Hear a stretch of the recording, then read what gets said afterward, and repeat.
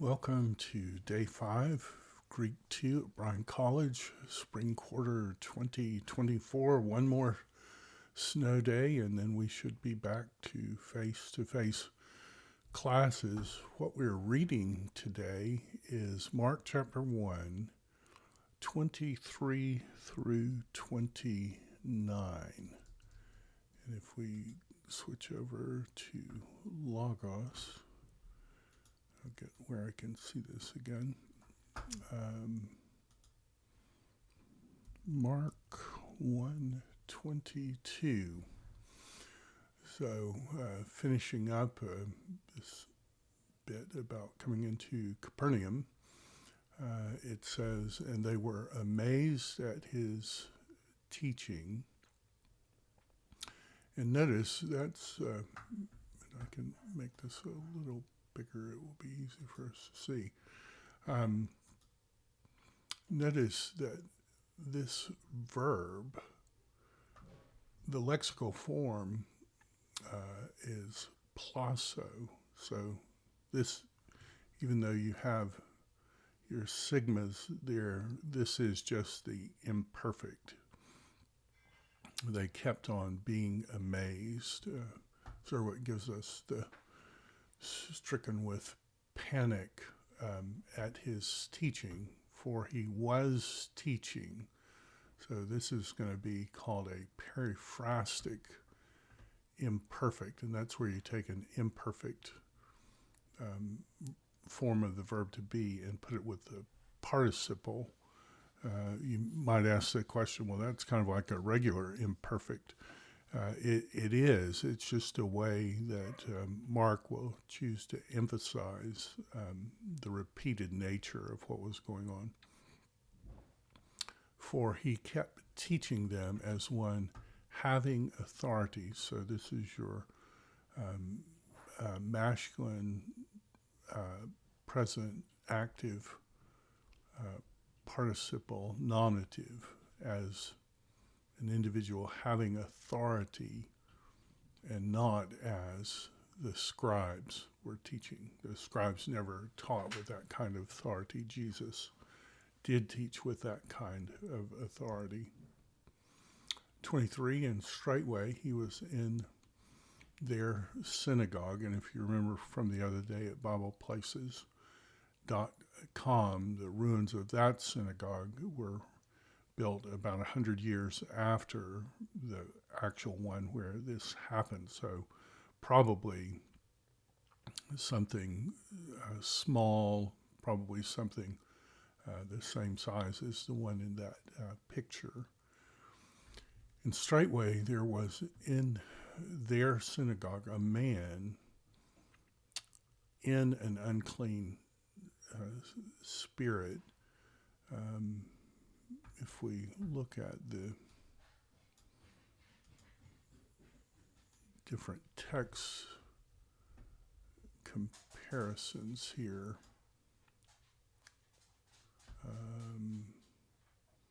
let me reconnect this.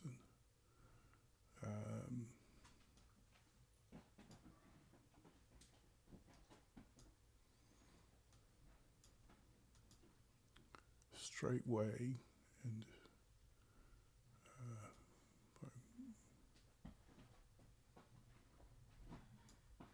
move this over slightly. I think there we go. Get these where we can all see them.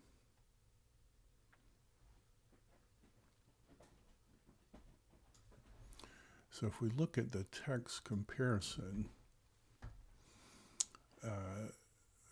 notice that most of the translations go with an unclean spirit, new living, possessed by. They're supplying the word possessed with an unclean spirit.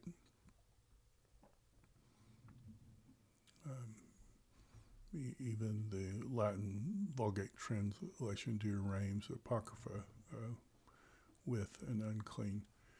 And that points out that you do have a little freedom as a translator, how literal you want to be, but it is and notice Zerwick gives you a category there. He calls it concomitant circumstances or associative in with, and then if you have his grammar, he has a companion grammar with the grammatical analysis, and he'll explain that, and so he does that here. Straightway in their synagogue was a man with an unclean spirit, and he cried out. So you see, you've got your sigma has changed the gamma there, and you've got your temporal augment. Anna is the part of the compound. And he cried out, saying, "What to us and to you, O Jesus of Nazareth? What business is there between us and you?" Notice Zurich has nice note, literally, what is there to us and at the same time to you, i.e., what do we have in common? Have you come to destroy us? Demons often ask Jesus a similar question. They recognize that Jesus has the authority and that Jesus ultimately will send them to the abyss. And they're afraid that he might do it at that moment. Have you come to destroy us? And notice they go back and forth, plural. What business is there with us and with you? I know who you are, the Holy One of God. So a couple of things interesting there to me. When we read the story of the Gadarene demoniac, there are a legion of demons who possess that man. Full legion would be 6,000. When the pigs are destroyed, there are 2,000. So may be a bit of an overestimation. How many are there? Or maybe there that many, 6,000. But in any case, you have more than one. And so here you have a to us and to you. It could be more than one, but you do have one entity speaking. So that's kind of an interesting feature. Second thing that's really interesting to me is that this man was in a synagogue. I typically don't watch movies about the life of Jesus. I don't know why. I don't find them convincing.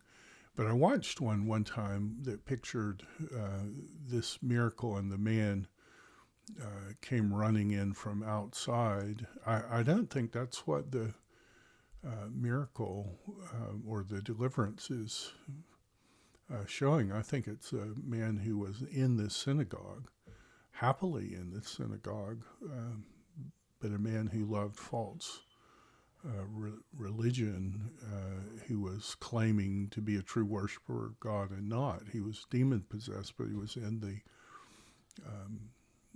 synagogue. And it's interesting that the very first exorcism that Jesus does, if that's the right way to look at this event, that the very first one is actually a demon-possessed man who is in a synagogue. I wonder if there's something telling there. 25, and Jesus rebuked, and notice you have the definite article. I don't know of a rule when you have it and when you don't, but you can use the definite article with proper nouns, and that happens here. And Jesus rebuked him, saying, and this is the word silent. But the interesting feature of this word, and if I can pull, notice that it's a passive, it's an aorist passive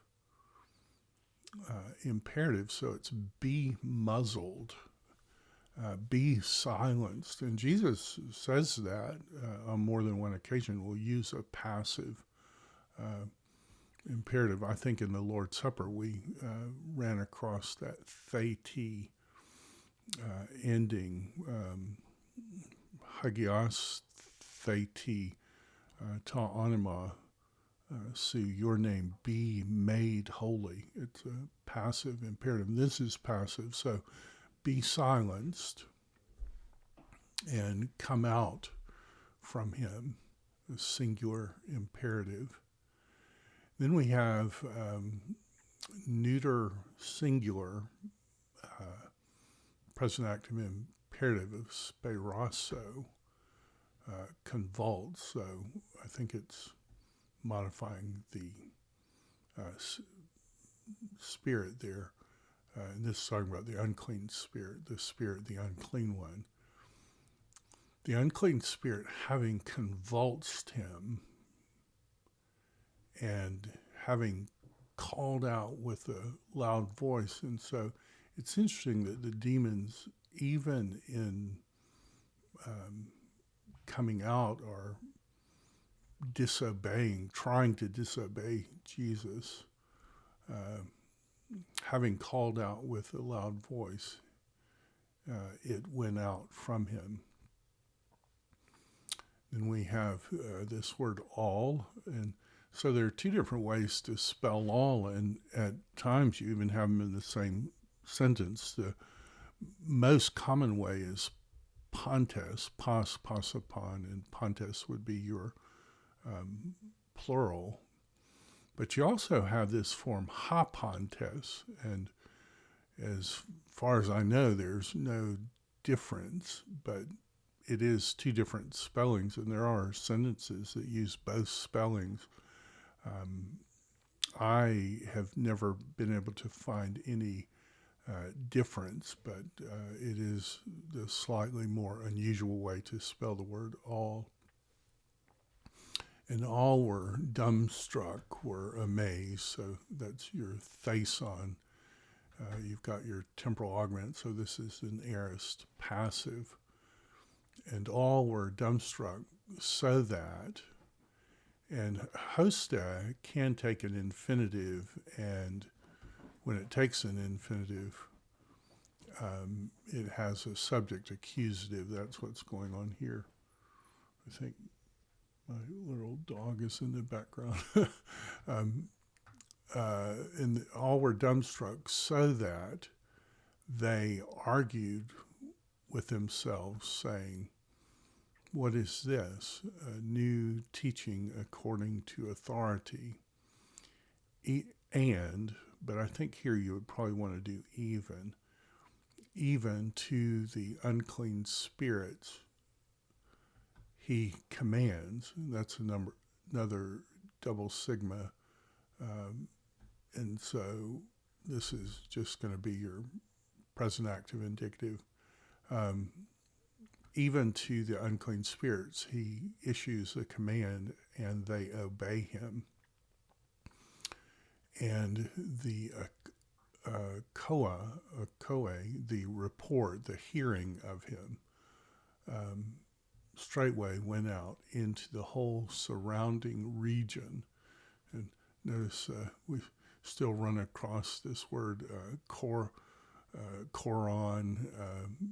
perikoron, the whole region of Galilee. 29, and straightway out of this synagogue, they having gone out, they went into the house of Simon and Andrew. So if you think back to BiblePlaces.com and that little church, the church that's built over the house that was used as a little church, that was actually the house of Simon and Andrew. They were more than likely poor fishermen. They had a very small house. It happened to be in the same block as the synagogue there in Capernaum. Capernaum itself is a tiny little place, and so if you want to go back there, you can look at the little house and see how close it was to the synagogue. And straightway, having come out of the synagogue, they went into the house of Simon and Andrew with Jacob and John. Of course, we're going to do this James, but in the Greek text, he's Jacob. So that's our reading for today. Pretty interesting reading. You want to get where you can kind of volume read that. So I would read it, prepare it for class, and then when we have regular classes, maybe read it with a friend right before class. And you'll be surprised at how it will reinforce your grammar and vocabulary. In terms of our test, there would have been a forms test. If you study that, I'll take your word that you know it, so we don't have to worry about printing out. But do memorize those forms, and then hopefully on Wednesday we'll read the next 7 verses. No, we're going up over time. So we'll read 7 more verses and we'll do vocab 21, and that will be on Wednesday. Listen, thank you for working with technology so that we can have class, even though they don't want us to meet face to face today. And I will look forward to talking to you next time.